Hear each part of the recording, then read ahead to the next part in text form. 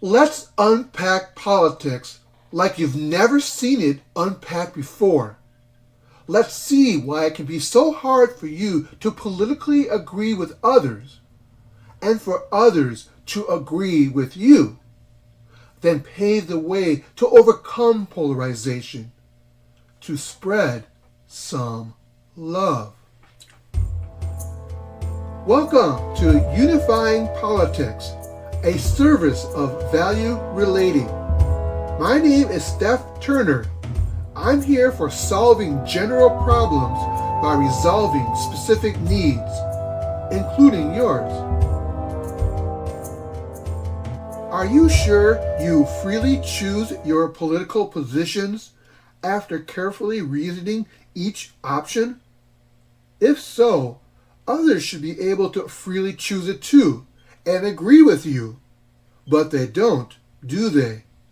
Why?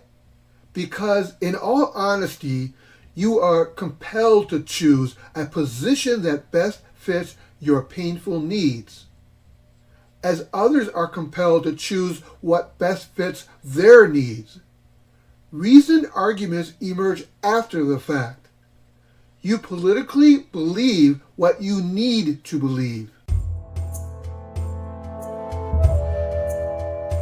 Needs. That's the frequently overlooked part of politics. While you need the same basic things as others, how you need them differs from how others need them. And they can't change how they need them any easier than you can change how you need whatever is vital to you. The more your situation differs from theirs, the more differently you need from them. The more you need differently, the more your politics naturally diverge. Politics is the art of generalizing how to agreeably address needs in differing social situations. Defining politics this way illuminates its risk for polarization. Instead of encouraging specifics, status quo politics spurs generalizing. You then avoid specifics that risk undermining party unity and for agreeably relieving pain. Instead of engaging your specific needs, status quo politics enables avoidance. You then use politics to avoid dealing with the cause of the pain, instead of resolving the needs in a way that stops the pain.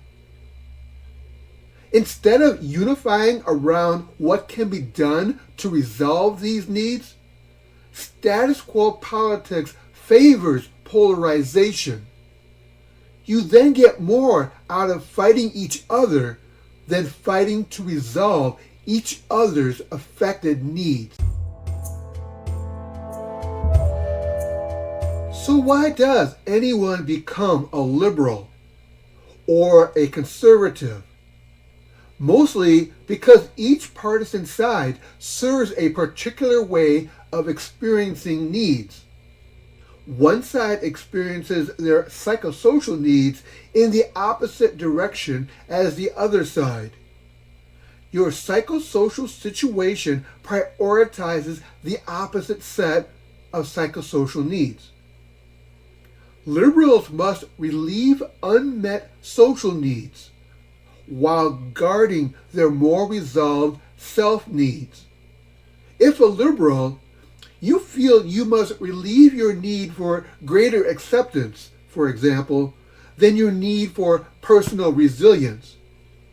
So you rely more on government protections against discrimination than try to personally overcome repeated rejections. Meanwhile, you guard your more resolved self-need for personal authenticity, like being culturally non-white, or being gay, or trans, or Muslim, against pressures to cooperate and conform with more traditional norms. The vulnerability of being disadvantaged can make that much more difficult. So you find solace among others of similar experience and like mind.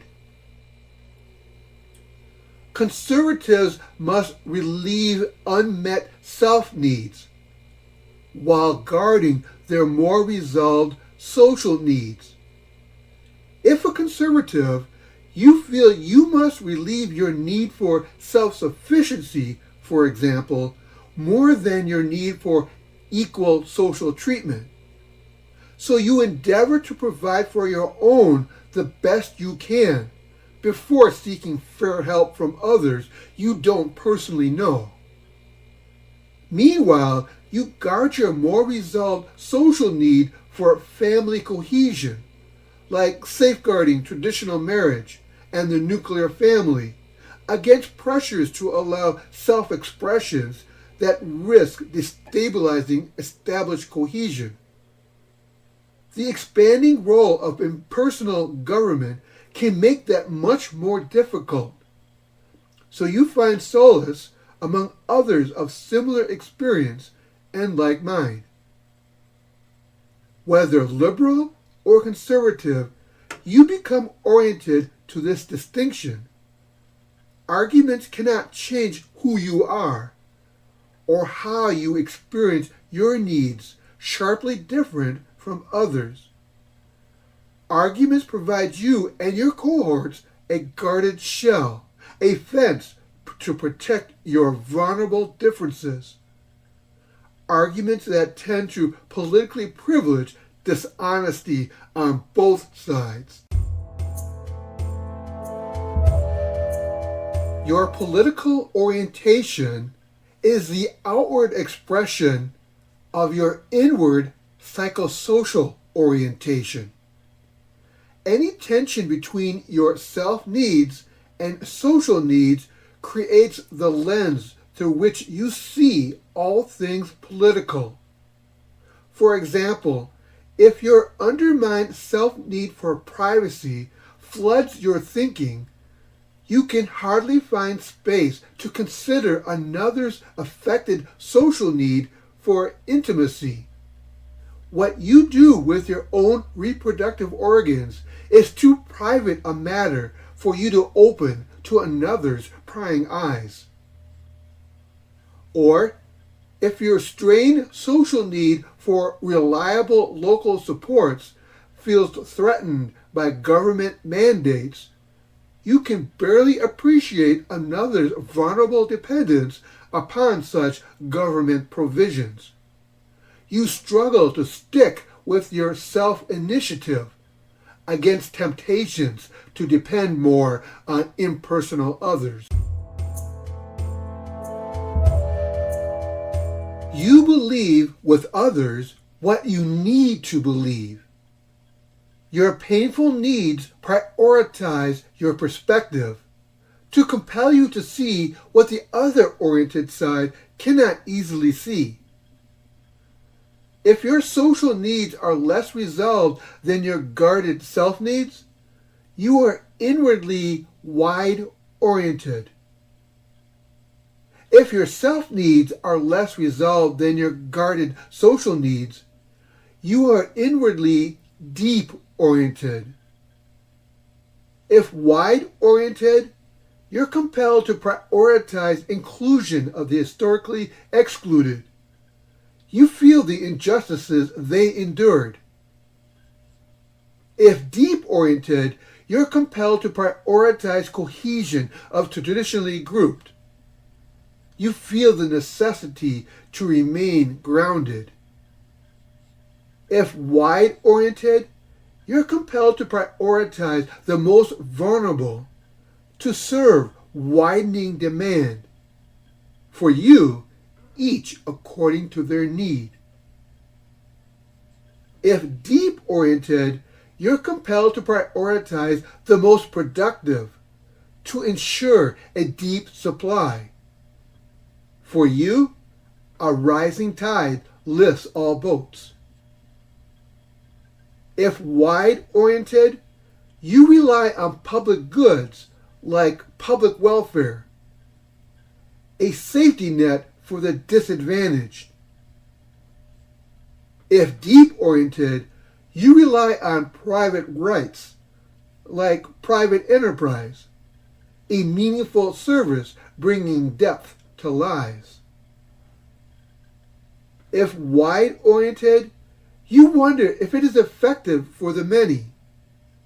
You likely see an active role for government to effectively provide for the many who can barely provide for themselves. If deep-oriented, you wonder if it is efficient for the few. You likely see a minimal role for government to efficiently produce for us all only what we cannot do for ourselves. If wide-oriented, you yearn to improve collective capacity for those vulnerable to others. If deep-oriented, you yearn to improve individual capacity for those with untapped potential. If wide-oriented, you call for freedom from oppression for those historically deprived. If deep-oriented, you call for freedom to provide for your own, against pressures to accept disincentivizing handouts. If wide-oriented, you generalize about wider inclusions, wider public supports, wider efficacies, and wider freedoms from oppression. Liberal beliefs express these inner priorities. If deep-oriented, you generalize about deeper cohesion, deeper private rights, deeper efficiencies, and deeper freedoms to provide for your own. Conservative beliefs express these inner priorities. These are mutually exclusive, mostly to those who are not whole. It's best to hold on to one without letting go of the other. Sweeping generalizations make them appear more contradictory than they actually are.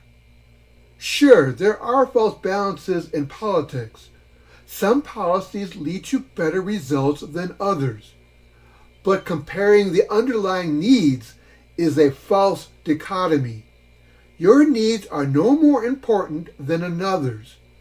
When their needs go unmet, they cease to function as well as you when your needs go unmet. You could affirm the need for inclusion without neglecting cohesion. You could honor private property without neglecting public services. You could be both effective and efficient, all without the self-serving generalizing or pain-avoidant outrage or echo chamber polarizing. The real political difference is not between left and right, between liberals and conservatives, between wide and deep. No, the overlooked political difference is between overgeneralizing and understanding, between avoiding and engaging, between polarizing and unifying. A politics that overlooks the needs of others is not a legitimate politics at all. So generalizer, beware. Avoider, beware. Polarizer, beware. Judgment begins in earnest as a helpful evaluation for how well you did or did not love your political friend and foe alike. Instead of waiting for the ballot box, let's measure your impact now. After all, what gets measured gets done. By overcoming polarization, we can do it together now. Politics socially convey your needs. No matter what position you or others take on any issue, Your only honest difference is how to respond to the needs, not in the needs themselves. If I told you I'm thirsty, hot, and tired, would you ever say, I disagree? If I said I'm lonely and need someone to talk to, would you debate it? The needs themselves are not open to debate. You can choose how you respond to these needs. You generally cannot choose the needs themselves.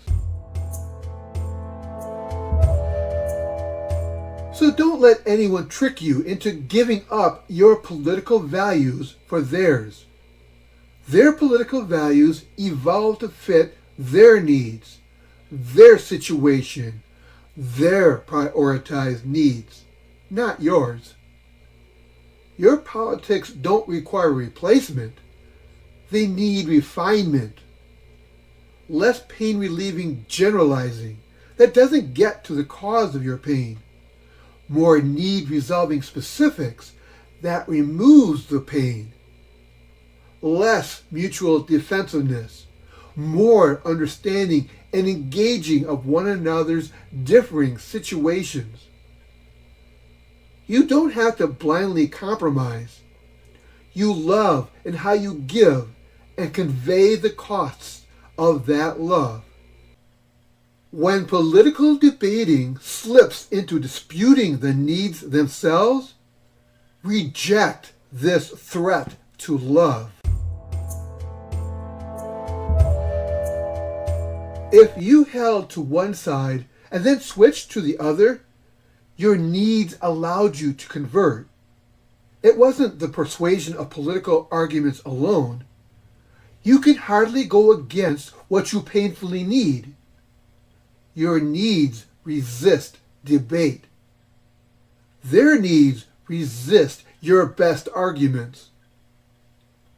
As long as you experience a certain priority of psychosocial needs, your psychosocial orientation will not let you convert.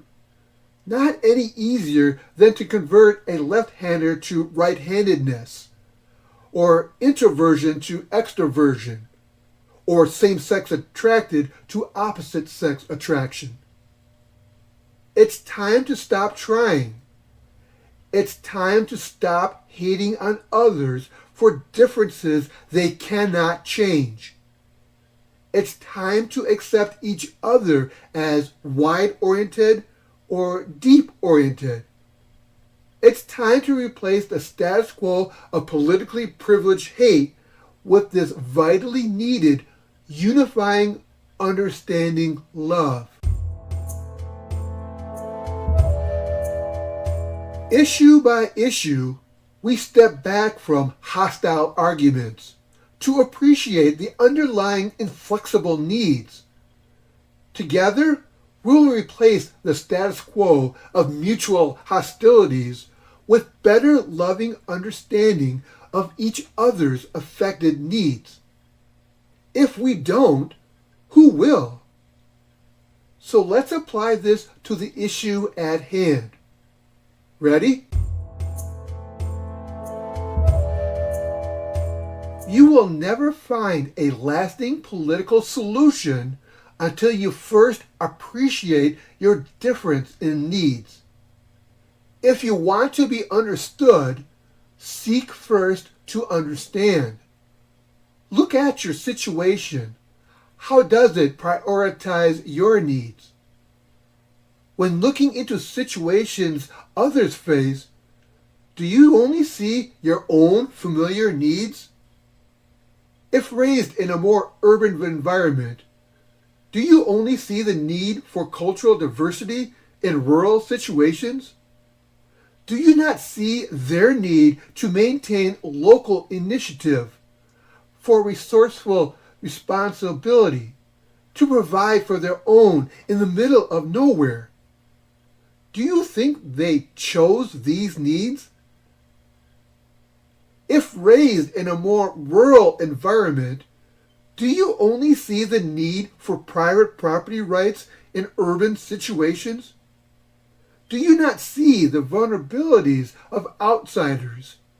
Their need for government protections against less visible forms of exploitation, to avoid being re-traumatized. Do you think they chose these needs? If you do not love others and how you respect their difference in needs, why on earth would you expect them to respect your differing needs? Issue by issue, we pull you out of your shell. Together, we cross a bridge to the other political side, to respect their needs as we would have them respect our own. Issue by issue, we dare you to love. If you don't, who will? So please, spread the love.